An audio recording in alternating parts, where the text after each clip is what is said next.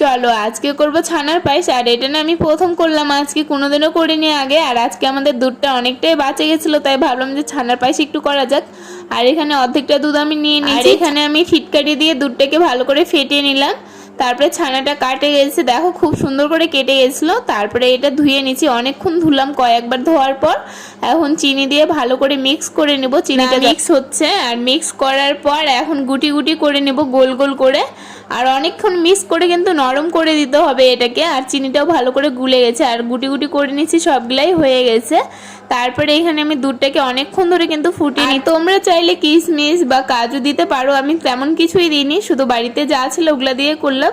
আর শুধু সাদা এলাচ আর তেজপাত দিয়ে দিচ্ছি। তারপরে ভালো করে আরো ফুটিয়ে নেওয়ার পর ছানাটাকে যে গুটি গুটি করে রাখছিলাম ওগুলাই এখন আমি ছাড়ে দিচ্ছি। আর ছাড়ে দেওয়ার আগে গ্যাসটাকে বন্ধ করে দিতে হবে, নাইলে একবারে গলে যাবে। আর আরেকটা কথা, আমি না দুধটাকে চিনি দিয়ে ফুটিয়েছিলাম।